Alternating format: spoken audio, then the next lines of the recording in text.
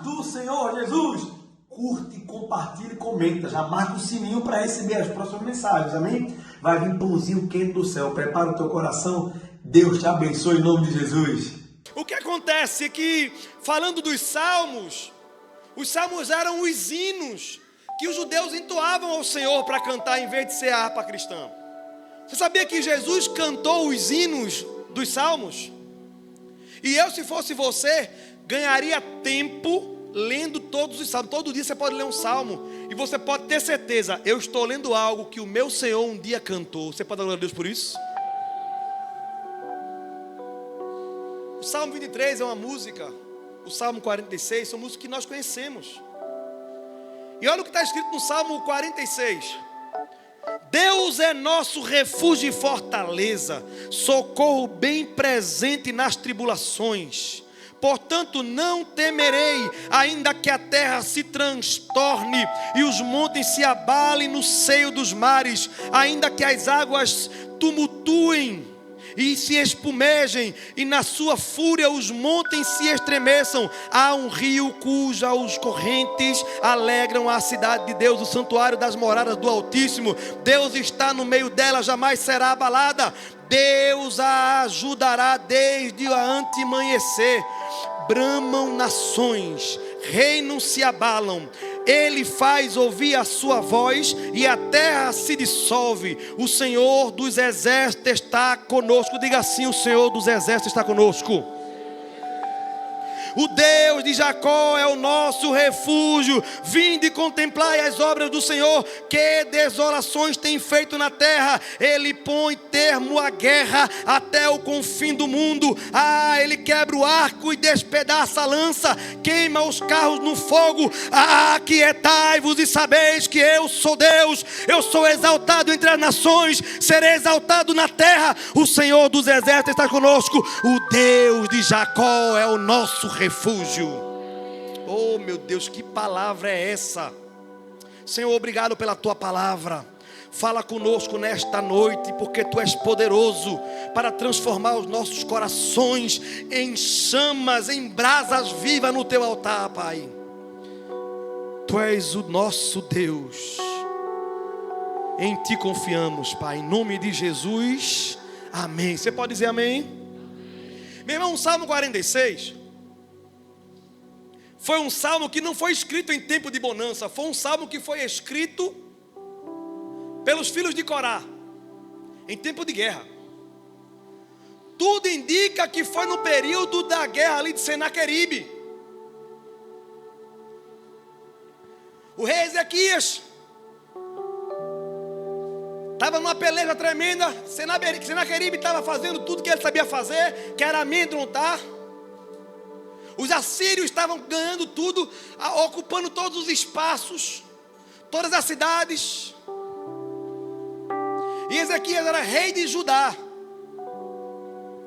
E a Bíblia diz que Ezequias era reto diante do Senhor e fazia o que agradava ao Senhor. Diga assim: fazer o que agradar ao Senhor. Fazer o que agrada ao Senhor é o que Deus espera de você, é o que Deus espera de mim. Ele não espera que você faça o que agrada o seu coração, Ele espera que você faça o que agrada ao coração dele. Você pode dizer amém?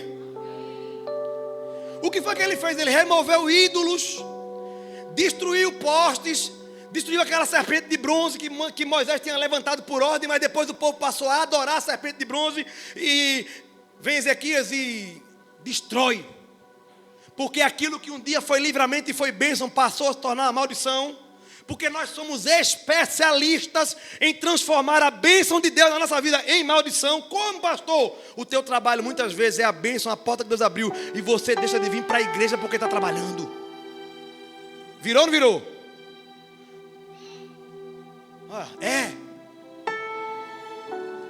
Às vezes você pede tanto por um relacionamento, Deus coloca alguém na tua vida e você passa a idolatrar essa pessoa. E Deus, o nome dele é Jesus, passa a ficar em segundo lugar na sua vida. A bênção vira maldição. Quem está entendendo diz amém. Só que Ezequias disse: não, bora aqui, só tem um Deus que vai ser adorado. Ezequias passa a confiar no Senhor totalmente, mais do que qualquer outro rei de Judá. E ele é vitorioso contra os filisteus. Pois vem a invasão dos assírios. E Senaqueribe, o rei da Síria, conquista Samaria, no Israel do norte, e deporta o povo, sai botando o povo para correr. Agora isso foi juízo de Deus, diga assim, juízo de Deus. Porque tem derrota que existe na vida do crente que é juízo de Deus. Sabe por quê? Porque Israel não deu ouvido ao Senhor. E quem não dá ouvido ao Senhor e é povo de Deus, passa a ficar do outro lado. Em vez de estar com Deus dizendo vai, Deus vai dizendo tu vai ver. Deus diz corrige. Deus diz para com isso. Deus diz se converte. Rapaz, se arrepende. Mas chega uma hora que pronto, vou descer juízo. Só que depois, anos depois, Senaqueribe invade Judá e toma muitas cidades fortalecidas. E Ezequias tenta apaziguar, sabe como? Pagando tributo. Inclusive usando o ouro do templo para não ser destruído, para não ser invadido por Senaqueribe. Porém, Rabzaque, que alguns teólogos não sabem se é o nome ou se era a função como comandante do exército de Senaqueribe. Vamos supor que seja o nome, como a maioria dos teólogos imaginam. Esse comandante assírio, Rabzaque, vai até Jerusalém e profere ameaças públicas, zombando de Deus e do povo de Deus. Diz que nenhum Deus conseguiu até então vencer o povo da Síria. Diga assim, até então. Pois é. Ele começou a desencorajar o povo a confiar no rei Ezequias e no Senhor. Já viu que o diabo é especialista em fazer o povo de Deus deixar de confiar no seu líder e no Deus do seu líder? Já viu isso? As situações acontecem, aí o inimigo começa, rapaz, vai dar errado, rapaz, não tem jeito, será que é, será que não é? Assim aconteceu com o povo de Deus aqui. E esse infeliz, para piorar, ia lá amedrontar e falava em hebraico. Ameaçava o povo de Deus na língua dele, usando a mesma linguagem, porque às vezes o inimigo vem falar usando a mesma linguagem que nós cristãos usamos. Sabe para quê? Para deturpar você, para gerar dúvida na sua mente, na sua fé, para você ficar, meu Deus, será que realmente é porque ele fala igual o povo de Deus? Eu acho que é de Deus. Quem está entendendo diz amém. Como é que o cara vai amedrontar dos assírios e começa a falar em hebraico, na linguagem do povo de Deus? E o pior, aqui a minha mente fez bum. Ele começou a prometer, se vocês se renderem a mim, haverá prosperidade para vocês. Meu irmão, o capeta não muda não, ele é o mesmo. Ele continua oferecendo ao povo de Deus, ei, se rende a mim, faz a minha vontade, faz aquele negocinho errado, só para você, porque se tu fizer, tu vai prosperar, tu vai conseguir. Ei, cuidado para não ouvir a voz do diabo com prosperidade, porque foi o mesmo que ofereceu a Jesus e disse, se tu se dobrar diante de mim, eu te darei tudo isso aqui, ó. O diabo promete prosperidade. Jesus promete, estarei convosco todos os dias. O diabo promete a você facilidade. O Senhor diz, no mundo tereis aflições, mas tende bom ânimo, porque eu estou contigo, eu venci o mundo. E no capítulo 19 de 2 Reis, começa a intervenção de Deus, porque a peleja ela é certa, mas a vitória para quem crê em Deus é mais certa ainda, porque em Cristo nós somos mais do que vencedores. Aí sabe como foi a vitória veio? Não veio por força humana, não veio por teologia, não veio por tecnologia, não veio por sabedoria humana. A vitória veio quando Ezequias começou a correr para os pés do Senhor e orar. Ele fez o seu primeiro clamor no capítulo 19, do versículo 1 ao versículo 7, você vai ver isso, que ele rasga as vestes como símbolo de humilhação e vai no templo para fazer adoração e envia uma mensagem ao profeta. E o profeta simboliza Deus. Era homem de Deus. Isaías, o profeta que recebeu a carta de Ezequias, profetiza dizendo que o Espírito, que Deus mandaria um Espírito, colocaria um Espírito em Senaqueribe, e ele retornaria para a terra de onde ele veio e seria morto. Só que antes da profecia se cumprir, Senaqueribe envia mais outra carta. A primeira carta é: se renda, olhe, vou destruir vocês. Porque o diabo, antes de vir, ele manda mensagem. Tem alguém aqui recebendo mensagem de ameaça? Dizendo assim: não vai dar certo, vai dar tudo errado, vai se acabar, cuidado. Ei, é só ameaça. É só ameaça. Você pode dizer para o seu irmão assim: não tem mais não, é só ameaça. Diga.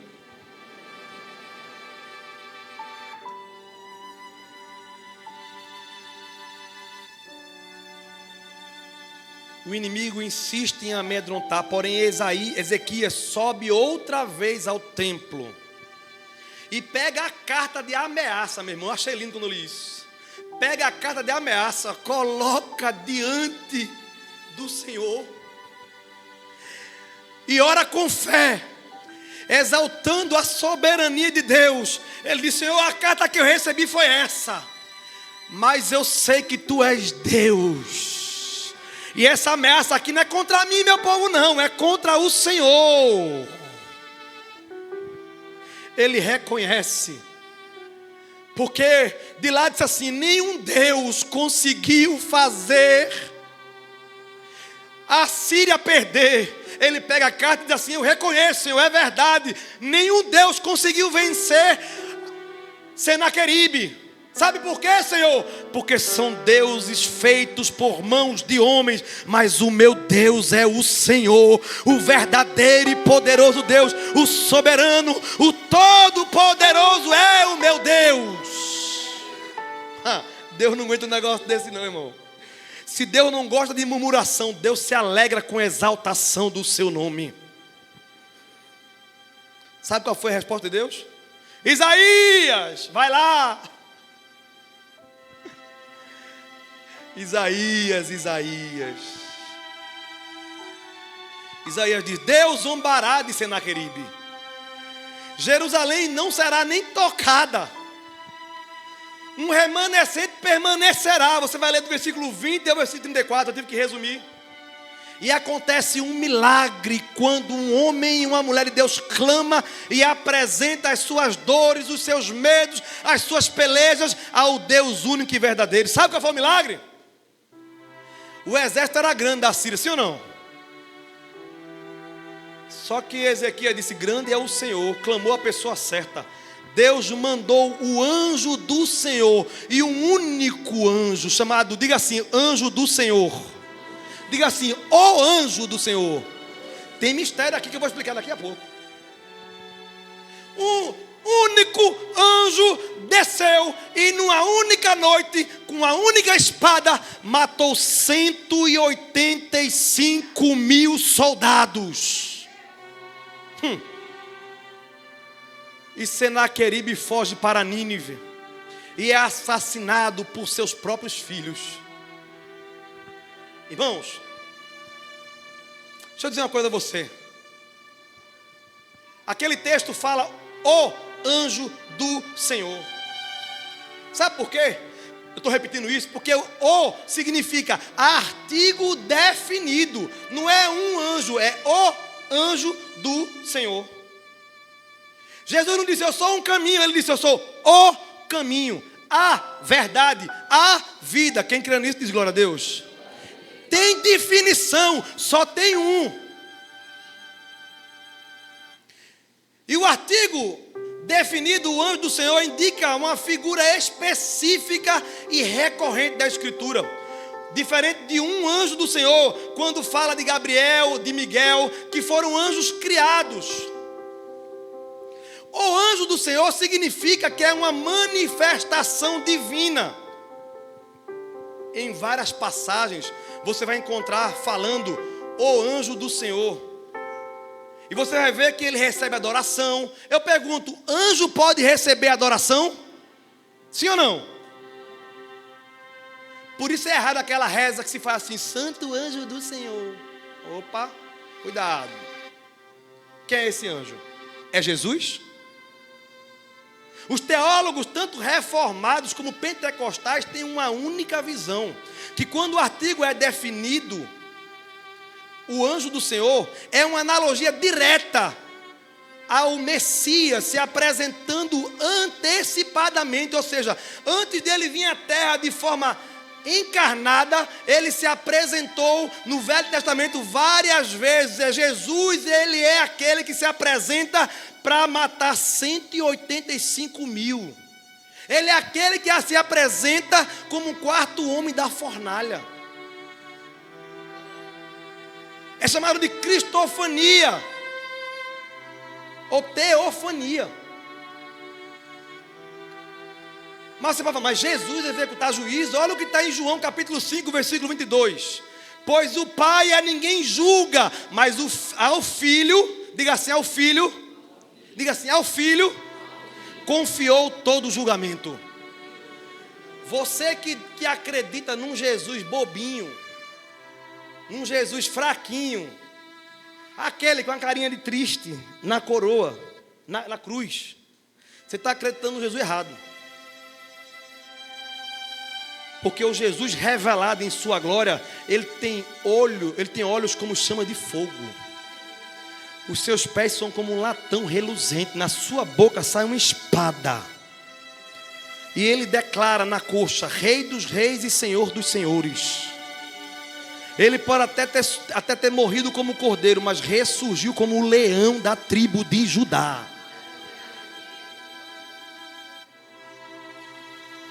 O mesmo que entrou no arraial dos assírios e destruiu o que parecia ser invencível, é o mesmo que entra hoje na enfermidade e entra com cura, na opressão e com libertação, na dor ele traz alegria, na tristeza ele consegue fazer a tua tristeza se converter em alegria, ou choro de alegria, meu irmão.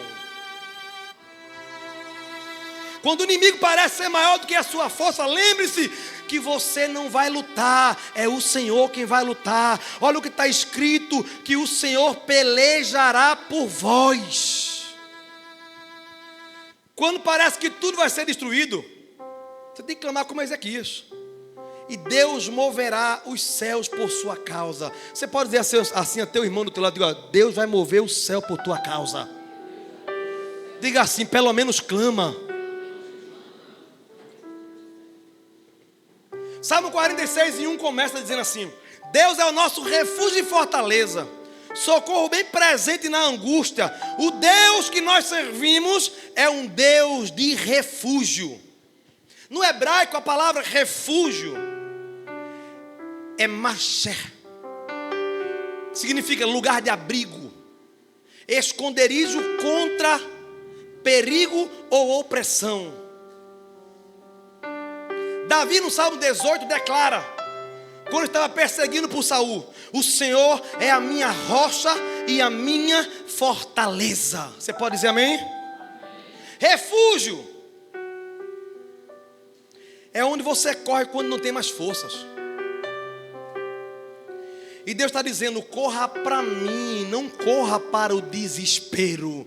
No teu desespero, entrega a mim a tua angústia e eu te correrei. Eu vou te socorrer, eu vou ser a tua fortaleza na hora da angústia. Além de ser socorro, ele é fortaleza. Diga assim, fortaleza. No hebraico também diz Oz, quer dizer torre alta, quer dizer lugar inacessível ao inimigo. É como se você estivesse correndo de um animal. Eu não sei vocês, mas um dia eu estava mais uma vez com o pé engessado, que eu quebrei 10 ossos, não era bem quietinho quando era criança. E o pé engessado até aqui, ó, a perna. De repente ali perto do ABB, quando eu olho, vem um cachorro virado. Eu pensei que era um pitbull, mas era um box. Mas na hora do desespero, o cara vai saber qual é a tua raça. Não vai, né? Quando ele veio correndo e latindo, correndo do meu lado, eu corri, irmão. Quebrei o gesso todinho. Corri, ele olhava para quanto mais eu corria, mas ele se aproximava ferozmente. Cheguei, ele babava, irmão. Eu dei um pulo, não sei como, eu pulei e subi no muro. E o miserável ficou em cima do muro. Socorro! Socorro! A dona da casa abriu a casa do muro. E o cachorro não era dela. Ela disse, pode descer que ela é manso. Disse, manso? Desça, confio, não tenho coragem. Irmão, eu não entendi de cachorro. Ele estava latindo mesmo. E o rabo estava assim, ó. Ele estava feliz. Ele queria brincar de pega comigo. Eu digo, é o cão, e era o cão. Só que impressionante que na hora do desespero eu consegui pular tão alto com o pé engessado, irmão. Essa palavra fortaleza significa subir no lugar onde o inimigo não pode te alcançar. Ele está dizendo, sobe em mim, eu sou a tua fortaleza. Em mim o inimigo não te toca. Eu te protejo, eu te guardo, eu te sustento.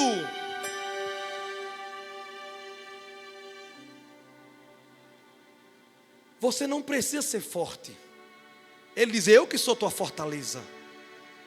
Você precisa estar escondido na fortaleza chamada Jesus. Você não precisa parecer forte para Deus. E para o mundo? Para o mundo sim. Porque está escrito, se te mostrares frouxos no dia da angústia, a tua força será pequena. O mundo vem para dizer, está vindo por quê? Está querendo o quê? Está pensando que é o quê? Mas quando você se vira para Deus, Senhor, eu estou com medo, me ajuda, me socorre. A palavra de Deus diz assim, a alegria do Senhor é a nossa força. Quando você se coloca de pé diante das adversidades e não se rende como um medroso, a alegria do coração do Senhor faz um buruçu no seu coração, que Ele derrama força para mim e para você aguentar e superar as adversidades. Quem está entendendo diz amém.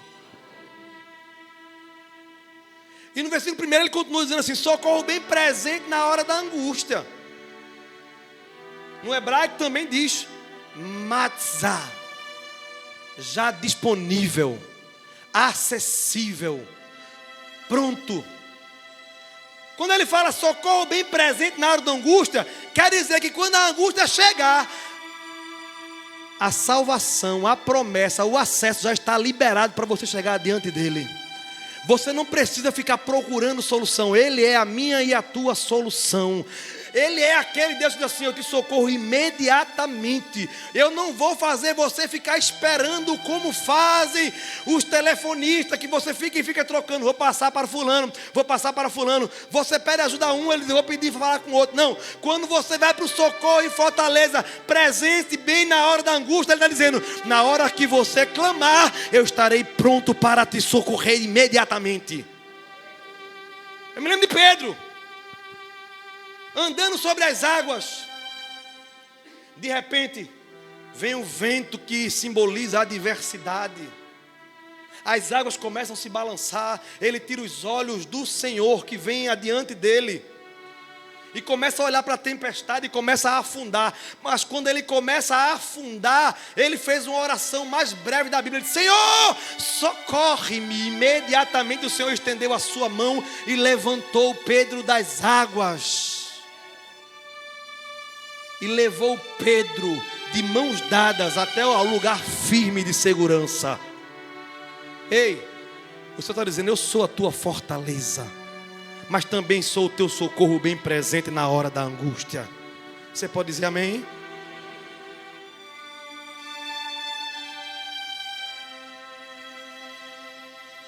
O salmista começa a dissertar.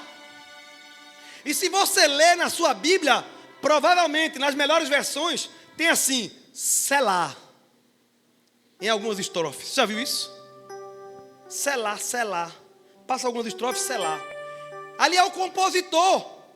Lembra que é música? O músico entende que tem a partitura. E na partitura tem um espaço que é para tempo. Sem nenhum som, ele consegue ler e dar a melodia, o tempo. É assim ou não é? Os músicos aqui estavam escrevendo o salmo. E de vez em quando eles paravam e colocavam selah. Diga assim, selah. Não é será não, é selah. E esse selah significa pausa, tempo. É como se o salmista estivesse dizendo assim, para aí. Deus é o meu refúgio e fortaleza, socorro bem presente na hora da angústia, pelo que não temerei, ainda que os montes se abalem, ainda que o monte se derreta. Aí ele para, selah. Ele está dizendo assim, para aí, deixa eu meditar nisso aqui. Então quer dizer que o sangue pode dar na canela, ele não vai me desamparar. Então quer dizer que o inimigo pode dizer, amedrontar e falar o que quiser. O espírito dele vai alegrar esta cidade. E ele está dizendo que eu não serei abalado. Oh, glória a Deus. Tem hora que você tem que parar. Em vez de ficar questionando, para e medita na palavra que ele te deu. Se ele disse que vai acontecer, vai acontecer. Dá uma pausa e adora ele nessa hora e pronto. Você não precisa ver acontecer, você precisa crer para acontecer. Quem está entendendo diz amém. Aí meu coração se alegra e eu vou lá para o capítulo, versículo 10. Ele vem numa crescente, dizendo que o Senhor não desampara, que Ele é fortaleza, Ele é socorro. O sangue pode dar na canela, os montes podem tudo se mover, pode tudo se destruir. Mas aí Ele vem para, ei, aquietai-vos e sabei que eu sou Deus. Irmão, se você souber o que significa aquietai-vos.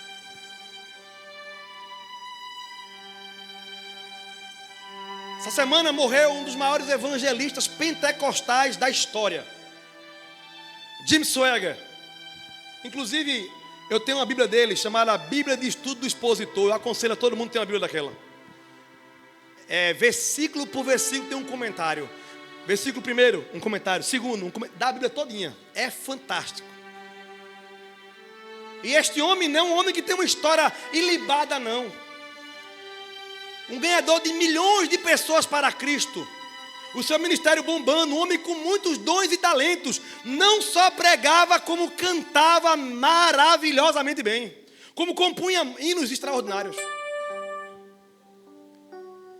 Mas um dia na sua carreira, esse homem tirou um pouco os olhos de Cristo. E às vezes acontece conosco.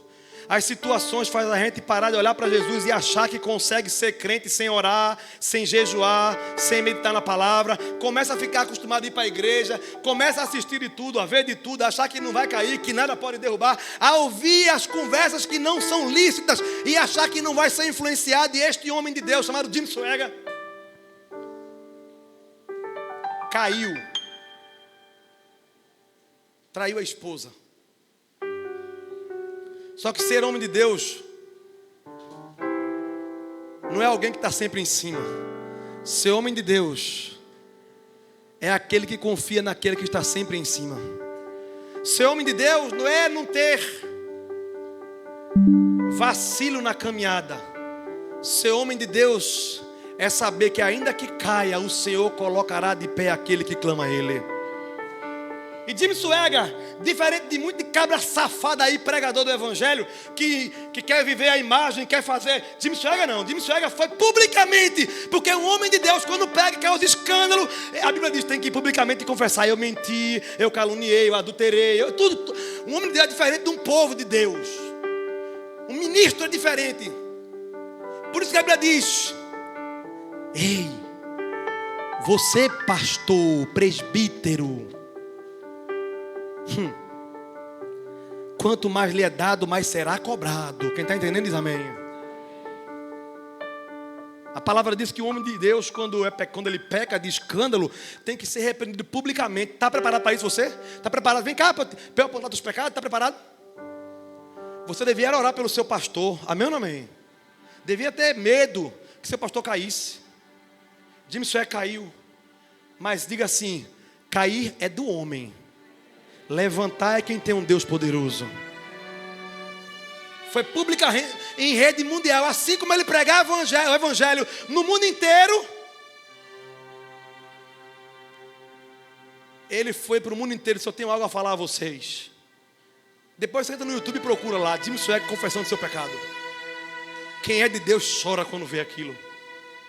Ele diz: eu pequei contra o céu, eu pequei contra a minha esposa, eu pequei contra a igreja, eu adulterei. Ele diz. A igreja chora, porque ele não ficou contando historinha não. E a igreja chora, e a lágrima desce, o mundo inteiro escuta aquilo. E ele foi perdoado por Deus, pela esposa e pela igreja do Senhor. E depois escreveu aquela Bíblia extraordinária. E muitas outras coisas aconteceram. Por que eu estou falando isso? Porque um dia eu estava num lugar, numa livraria, e eu quis comprar aquela Bíblia. E um hipócrita lá, fariseu, quando eu peguei a Bíblia para ler, disse: eu vou querer essa Bíblia. Porque Deus vira cativeiro. Escute só, irmão. Talvez hoje você esteja na prova terrível, mas o Deus que te vê na prova é o Deus que te pega e te coloca no lugar de bênção. Amém ou não amém? Eu tinha ido para uma escola bíblica de obreiros, e tudo que eu tinha era 20 reais. Diga assim, 20 real. Não, real. Porque na pobreza a gente esquece até como fala. Eu fui com 20 reais e tinha que contribuir com a gasolina do carro, porque os irmãos levaram e só tem que dividir a gasolina. Diga amém. E eu me lembro que eu estava lá, Templo Central da Assembleia de Deus em Recife, lotado de obreiro, e eu passando prova, porque eu não sei o que tem crente na prova para ficar gordo. Já viu isso? É ou não é? O paletó estourando, o botão querendo voar, e eu aqui, eu puxando, esticando. Me lembro como se fosse hoje. O pregador Ezequias Bezerra ou Soares? Ezequias Soares falando maravilhosamente bem. Estava lançando um livro. Ele é um apologeta extraordinário. E o livro custava quanto, irmãos? E eu com tanto desejo de comprar aquele livro. Mas se eu comprasse o livro, era de manhã e tarde de noite o negócio lá. Eu nem lanchava, nem tinha dinheiro para pagar a gasolina. Irmão, pense numa prova. E eu fiquei. E todo mundo chegava e dizia: olha que livro maravilhoso. Eu digo: maravilhoso. E ninguém dizia assim: olha, irmão, comprei para tu. Aí chegavam os irmãozinhos com a sacola da Bereia. E o cão dizendo assim: tem inveja? Eu dizia: não, o Senhor mudará a minha história. Passa um ano, irmão. Diga assim, apenas um ano. Está eu de novo na escola de obreiro, sentado, o mensageiro pregando. De repente, o Espírito Santo faz assim: está lembrado? Eu disse: de quê? Ano passado tu estava aqui com 20 reais e não podia comprar um livro. Na tua conta tem quanto agora? Diga assim: 2.000 reais. Eu estava ganhando mais de 20 mil por mês naquele dia. E tinha 2.000 livres. Tinha pago as contas todinha, tinha dizimado, sobrou 2 contos. Eu comecei a chorar. Eu disse: o Senhor é fiel, o Senhor é verdadeiro. Ninguém lembrava, eu lembrava. Eu fui lá na editora Bereia, entrei assim: eu quero esse, eu quero esse, eu quero esse, eu quero esse. Eu comprei 2.000 reais de livro de uma vez só, para a glória de Deus, para a minha alegria. E eu me lembro como se fosse hoje, estava lá o livro, a Bíblia. Aí chegou um filho do cão, aquele que eu falei, o religioso. É filho do cão. Deus não tem problema com puta. Deus não tem nenhum problema com ladrão. Ele não tem problema com bandido, com homossexual. Ele acolhe todos eles, derrama o seu sangue, transforma e converte. Mas como religioso, fariseu, ele tem vontade de vomitar. Amém ou não amém? Aquele infeliz chegou, eu vendo a Bíblia assim. Que Bíblia? Jim Swagger. Aí o cara chegou e disse: tu vai comprar isso? Este homem adulterou, traiu a esposa.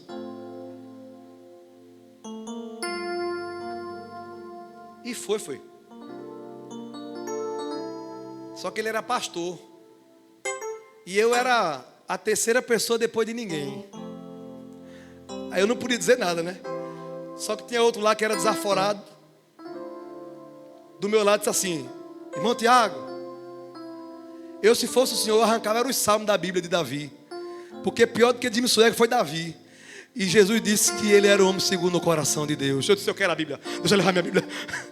Porque Deus não leva em questão, não leva em conta a tua queda. Ele leva em conta quando você quebranta o seu coração, confessa e deixa, alcançará a misericórdia. Essa noite é noite de você se aquietar, é noite de você entregar e render-se a Deus e confessar que Ele tem poder para perdoar todo o pecado debaixo do céu. Não esconde não. Hoje é noite de você se aquietar. Diga assim para o teu irmão: vaso, se aquieta, diga aí. Aquietai-vos e saber que eu sou Deus. Irmão, no hebraico a palavra aquietai-vos é Rafa. Toda vez que eu olhar para Rafa de Alina, eu vou dizer Rafa, quer dizer aquietai-vos. Aquietai-vos quer dizer deixar de lutar, soltar as mãos, abrandar, ficar quieto, cessar o esforço próprio, render-se.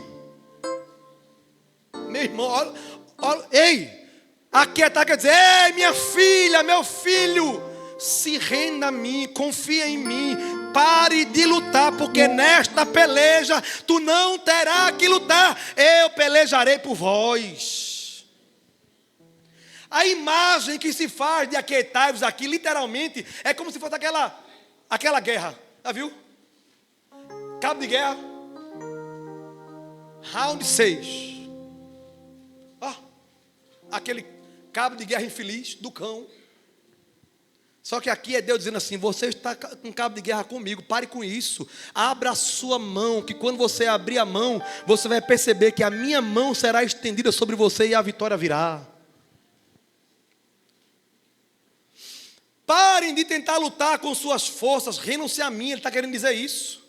Porque eu sou o Deus e não vocês. Não é uma sugestão aquietai-vos. Aquietai-vos é uma ordem. É Deus dizendo assim: se de fato você quer a minha mão estendida, pare de estender a sua. Pare de querer resolver do seu jeito. Se renda a mim, confia em mim, e eu pelejarei por você e lhe darei vitória. Em qualquer versão, irmão, é impressionante. Na NVI é parem de lutar. Na ARA é aquietai-vos. Na nova linguagem de hoje é pare de lutar. Na Bíblia Viva é desista. Diga assim: desista. É como quem diz assim, ó: tu tem que desistir de resolver do teu jeito. Resolve do meu. Quando a mente está atribulada, meu irmão, aquietar-se é confiar que Deus está no controle. Quem crê nisso, que Deus está no controle? Quando a alma quer agir no impulso, aquietar-se é entregar o controle ao Espírito Santo. O Senhor pelejará por vós, é a promessa que está lá em Êxodo 14:14 ao povo de Deus. Aquietar-se não é ser passivo, é ser rendido. Há diferença nisso. Porque Deus não age enquanto o homem insiste em agir no lugar dele. É assim, ó: se tu quiser agir, pode agir. Mas se tu parar de agir, confiando na força do teu braço, a minha mão direita se levantará para te socorrer e vai te levantar e te colocar em lugares altos. Quem está entendendo diz amém. É tão interessante que a mesma expressão Jesus usa lá em Marcos capítulo 4. Está Jesus dormindo no barco. Os apóstolos estão no barco, dentro do barco, vários pescadores profissionais. As ondas começam a subir por dentro do barco, por cima do barco, mostrando que o controle estava sendo perdido completamente. Quando eles percebem que sozinhos não conseguem resolver, o texto faz a gente entender que eles estavam tentando resolver o seu próprio problema. Eu sei negociar, eu resolvo. Eu sei vender, é só eu sair e vender. Irmãos, essa semana eu enfrentei mais uma peleja. Irmão, alguém aqui tem peleja para contar? Diga eu. Porque, irmão, é loucura o que eu tenho feito a eu e minha família. É loucura para o mundo, mas é obediência a Deus. Eu sei o que eu preciso para ter minha família. Desde fevereiro, e graças a Deus, a igreja tem sido a bênção do céu. Cada mês mais a igreja está chegando, pagando mais a minha família. Você pode dar glória a Deus por isso? Mas ainda não é o suficiente para pagar minhas contas, irmão. Ainda. Mas vai chegar o dia que eu vou dizer assim: está pagando, está sobrando e a igreja está prosperando. Amém ou não amém?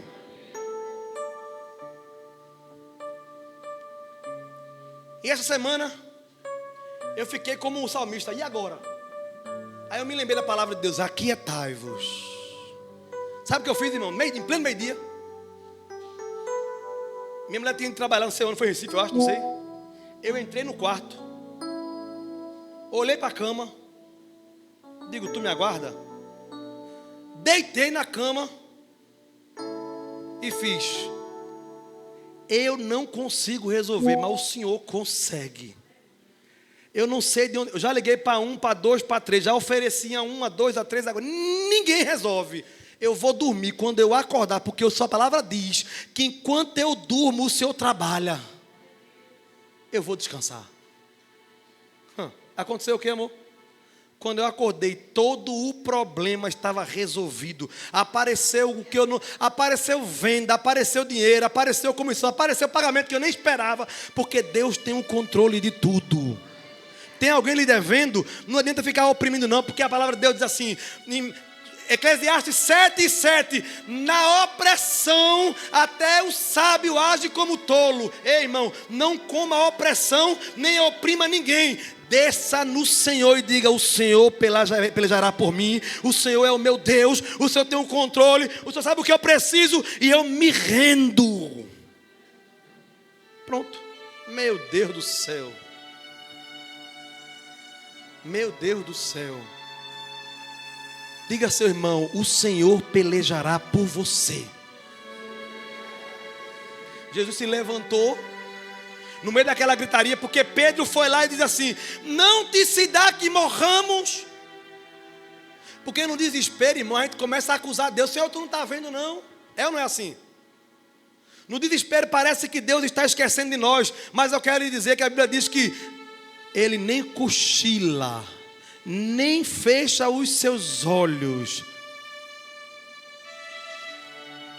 Jesus disse: eu trabalho até hoje, o meu Pai trabalha também. Ele foi lá na ponta do barco e aplicou na prática o que significa aquietai-vos, dando uma ordem soberana sobre o vento e sobre o mar. Ele disse: vento, se cale, aquiete-se. Mar, se acalme. E os apóstolos disseram assim: quem é este que até o vento e o mar lhe obedecem? Ei, se o mar e o vento, quando Deus fala, abre os ouvidos para obedecer a sua voz, eu quero lhe dizer: o teu problema, a tua peleja, a tua situação vai abrir um ouvido deste tamanho quando você se aquietar, quando você se acalmar e disser assim: o meu Deus está no controle de tudo. A voz dele será assim: problema, se acalme, se aquiete, porque ele é meu, porque ela é minha. Eu estou no controle da minha igreja, do meu povo. Agora, pare de lutar. Fica calmo, porque o Senhor pelejará por vós. Você pode dizer amém? Eu quero terminar dizendo que Jesus de fato é este Senhor do Salmo 46. Ele é a tua fortaleza. Ele é o teu socorro bem presente na hora da angústia. Ele é aquele que acalma a tempestade. Ele declarou muitas vezes quem Ele era para mim e para você. Só que às vezes nós estamos tão ocupados a observar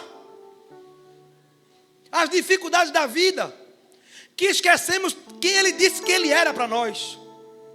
Ele faz aqui várias declarações. Jesus chega e diz assim: eu sou o pão da vida. Ele está dizendo: eu sou quem te sustenta, quem cuida de você sou eu.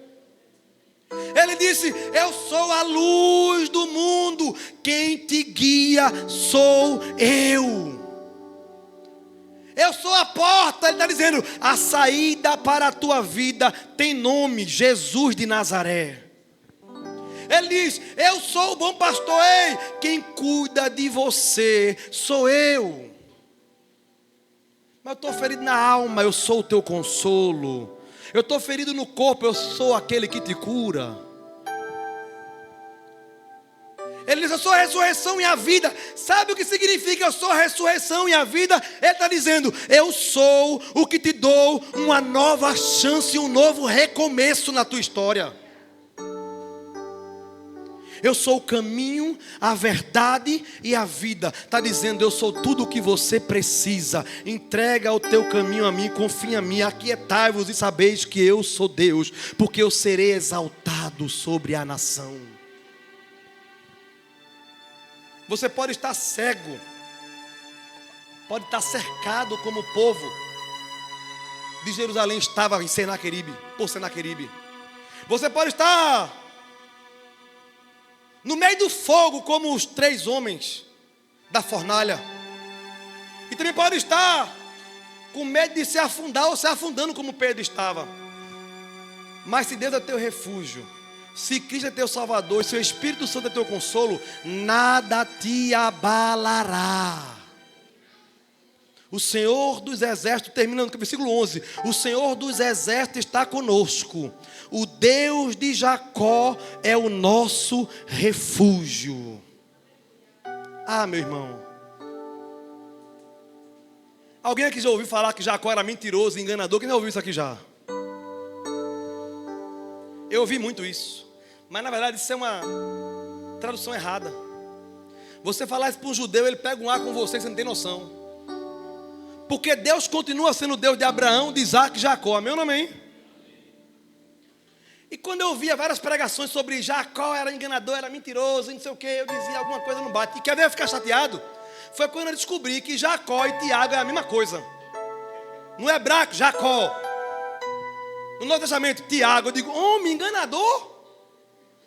Todo mundo tem um nome bonito. Quando vai no original, Fortaleza. Rayane, aquela que brilha, né? Assim, nasceu para brilhar. Eu digo: eu vou ver meu nome.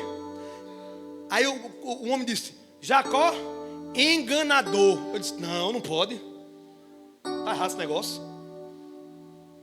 Aí quando eu leio o Salmo 46, o Deus de Jacó é o nosso refúgio. Aí eu vou dizer: o Deus do enganador é o nosso refúgio. Tem alguma coisa errada aqui.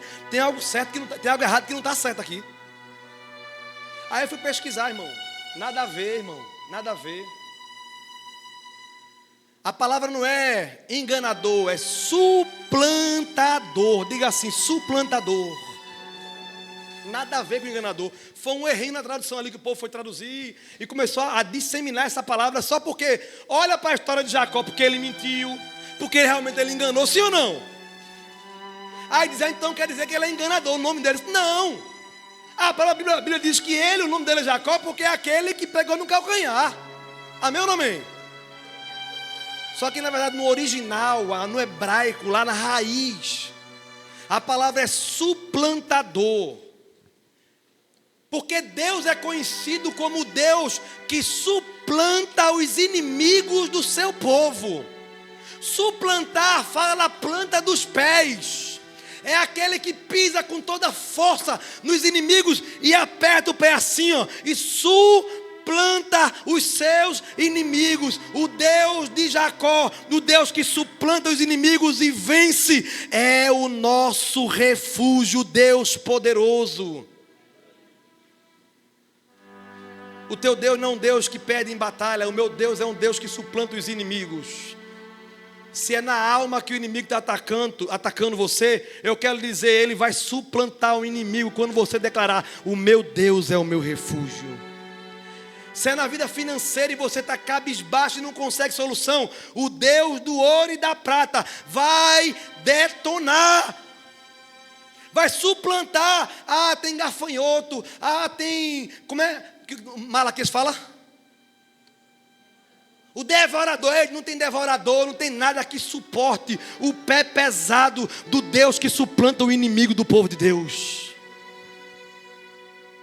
Se você clamar a Ele, Ele mudará a sua história, porque o Deus de Jacó é o nosso refúgio, e o nosso refúgio é Jesus. E eu termino dizendo a declaração de Jesus de Mateus 11:28: venham a mim todos vocês que estão cansados e sobrecarregados, e eu vos aliviarei. Eu sou o teu socorro bem presente na hora da angústia. Você pode dar glória a Deus? Fica de pé em nome de Jesus.